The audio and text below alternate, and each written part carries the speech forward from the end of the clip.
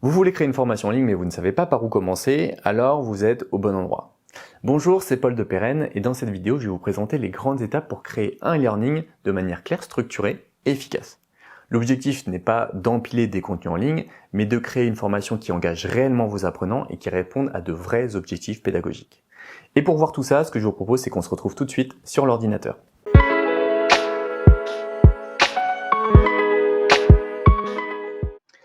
Donc déjà, avant de parler des étapes de création, il est important de clarifier une petite chose. Le e-learning, ce n'est pas empiler des PDF et des heures de vidéo. Oui, c'est simple à produire, mais soyons honnêtes, qui a vraiment envie de suivre une formation comme ça? Personnellement, moi pas. Lire des dizaines de pages ou écouter des heures de vidéo sans interaction, c'est exactement ce qui pousse généralement l'apprenant à décrocher, parfois dès le premier module. Mais du coup, on peut se demander qu'est-ce qu'un bon e-learning? Et ben, globalement, c'est une formation qui est pensée pour l'apprenant, organisée autour d'objectifs clairs, des séquences logiques et d'interactions qui favorisent l'engagement et la mémorisation. Et je rajouterais même un petit critère qui est que de manière générale, un module e-learning, c'est assez court. Et donc justement, dans cette présentation, on va essayer de voir quelles sont les grandes étapes pour créer son propre e-learning. Déjà, avant d'aller dans le vif du sujet avec les objectifs, il y a une erreur assez fréquente sur laquelle je voudrais porter votre attention, c'est l'environnement et plus précisément la plateforme d'hébergement de votre formation.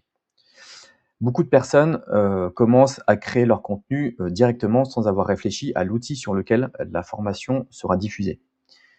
Or, selon la plateforme que vous utiliserez, vous n'aurez pas accès au même format ni au même niveau d'interactivité.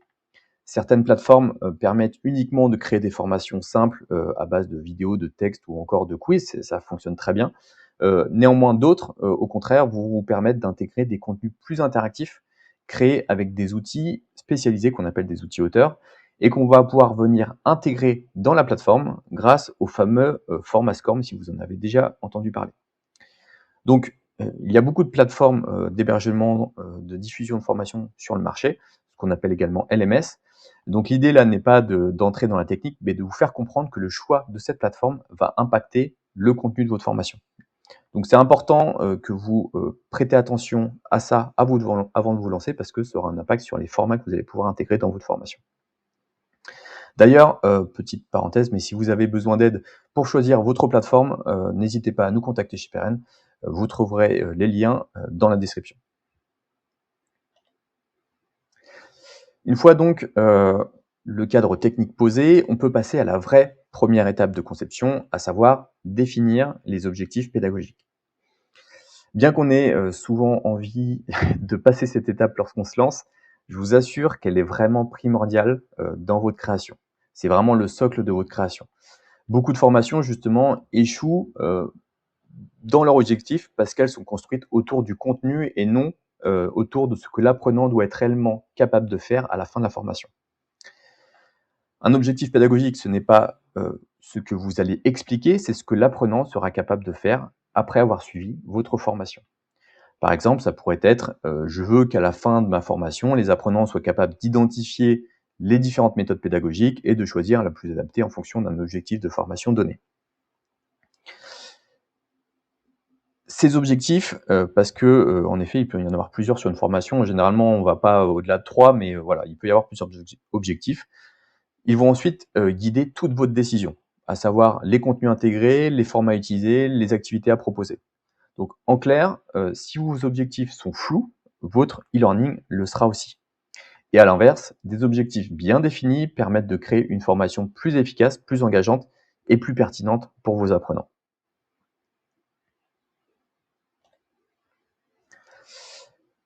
Une fois qu'on a nos objectifs pédagogiques, la deuxième étape consiste à concevoir ce qu'on appelle un scénario pédagogique. Euh, Vous avez un petit exemple à l'écran. Et donc ce scénario, c'est tout simplement la manière dont vous allez organiser l'apprentissage, dans quel ordre, avec quelle méthode et sous quel format, etc. etc. pour atteindre l'objectif, d'atteindre les objectifs pédagogiques qu'on a définis préalablement. Autrement dit, c'est le lien entre ce que l'apprenant doit savoir faire, qui il est et comment vous allez l'y amener. Nous avons, d'ailleurs, si ça vous intéresse, on a fait un article complet sur le site de Perrine, donc n'hésitez pas, à aller le voir. Je vous mettrai le lien également dans la description. Et donc là, le jeu durant l'élaboration de ce scénario pédagogique, là, on ne crée pas encore nos ressources, mais ça sera d'associer différentes méthodes et formats pédagogiques pour répondre à vos objectifs, tout en gardant en tête, bien évidemment, les contraintes, qu'on a vues, préalablement et les cibles, de cette formation. Et c'est donc vraiment à cette étape, que, se fait toute la réflexion pédagogique. Comment expliquer, comment illustrer, comment faire pratiquer et cetera. Comment valider les acquis. Un scénario, bien pensé permet d'éviter l'empilement de contenu et de créer un e-learning vraiment plus engageant et qui répond, c'est le plus important, à vos objectifs. D'ailleurs, on vous recommande de manière générale de varier, le plus possible les méthodes pédagogiques, les formats, afin de, maintenir l'engagement de vos apprenants et éviter en effet d'alterner simplement, on met des PDF, on met des quiz, on met des PDF, on met des quiz, ce qui fait généralement une formation assez, peu engageante et sur lequel il peut y avoir beaucoup de décrochage. Une fois, notre scénario créé, l'étape suivante, ça va être, on rentre dans le vif du sujet, la création des contenus et des ressources pédagogiques. C'est finalement à ce moment-là que le scénario prend vie. On va transformer la réflexion pédagogique en contenu plus concret, à savoir des vidéos, des contenus écrits ou encore des quiz ou des activités interactives. L'idée ici, c'est pas forcément de multiplier les formats pour multiplier les formats, mais de choisir, on va dire, les plus pertinents en fonction de vos objectifs pédagogiques, de vos apprenants et des contraintes techniques de votre projet. Vous avez par exemple quelques idées à l'écran, mais ça peut être un support simple créé avec Canva, une vidéo avec un avatar IA fait avec Agen, même si de manière générale, je vous conseille de ne pas trop abuser de ce type de format parce que c'est pas forcément très engageant. Ça peut être également une infographie interactive créée sur Genially ou encore une mise en situation créée avec Storyline. D'ailleurs, si ça vous intéresse, je mettrai les liens des différents outils que je mentionne dans la vidéo dans la description. Et encore une fois, ces choix seront bien évidemment adaptés en fonction de vos contraintes techniques, des outils que vous avez à disposition, de vos compétences et de votre temps. Et d'ailleurs, si vous avez besoin d'aide pour créer vos ressources e-learning, n'hésitez pas à nous contacter chez Perrine. On sera ravis de vous aider. Une fois donc qu'on a créé toutes nos ressources, l'étape suivante qui est trop souvent négligée, c'est de tester votre e-learning avant de le diffuser.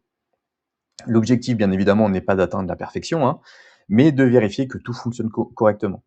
Que ça soit la navigation, l'enchaînement des modules, la compréhension des consignes, les résultats aux évaluations, le temps passé, etc., etc. C'est aussi l'occasion de se mettre à la place de l'apprenant et de s'assurer que la formation est claire, fluide et agréable à suivre. Et d'ailleurs, on vous recommande généralement de faire tester ce module à plusieurs personnes qui représentent votre panel d'apprenants futurs. Donc étape très importante à suivre avant d'arriver bien évidemment au déploiement du e-learning qui consiste bien évidemment à mettre à disposition de vos apprenants votre formation. Donc ça passe par la mise en ligne sur votre plateforme de diffusion, d'hébergement et de diffusion de votre formation, l'ouverture des accès et surtout, ne pas oublier, la communication. Et donc l'avantage d'un e-learning d'ailleurs, c'est que le LMS, donc la plateforme d'hébergement sur laquelle votre formation sera diffusée, va vous permettre de suivre facilement des indicateurs clés comme le taux de complétion, les résultats aux évaluations ou encore les retours des apprenants. Et donc, ces informations, il va être crucial de les analyser régulièrement pour arriver justement à notre dernière étape, à savoir l'amélioration de votre contenu de formation. Parce qu'en effet, il est important de garder en tête qu'un e-learning n'est jamais parfait dès sa première version. Une fois que la formation est diffusée, les retours des apprenants vont être une source d'information extrêmement précieuse qui vont vous permettre d'identifier ce qui fonctionne bien, mais aussi les points de friction, les incompréhensions ou les contenus à clarifier. Par exemple, si vous vous rendez compte que tous vos apprenants se trompent à une question, c'est qu'il y a probablement un problème avec la question ou avec le contenu en amont. De cette manière, en croisant ces retours avec les données d'usage, vous pouvez faire évoluer votre module progressivement ajuster un contenu, ajouter une activité, clarifier une consigne ou améliorer le rythme. C'est une logique d'amélioration continue qui permet de construire des formations de plus en plus efficaces et réellement adaptées aux besoins des apprenants. Et c'est encore ça qui est le but de notre formation e-learning. Pour terminer, comme nous venons de le voir, créer un e-learning ne se résume pas à produire du contenu et à le mettre en ligne. C'est une démarche qui est structurée, qui commence par la définition du cadre et des objectifs pédagogiques, se poursuit par la conception du scénario, la création des contenus, puis le déploiement, l'analyse et l'amélioration continue. Et donc, en suivant cette méthode, vous mettez ainsi toutes les chances de votre côté pour concevoir une formation plus efficace, plus engageante et réellement utile pour vos apprenants. Et enfin, pour terminer d'ailleurs, si vous souhaitez être accompagné dans la conception, le choix des outils ou l'amélioration de vos e-learning, n'hésitez pas, encore une fois, à nous contacter chez Peren, on sera ravis de vous aider. Je vous dis à très bientôt pour de nouvelles vidéos formations. Ciao!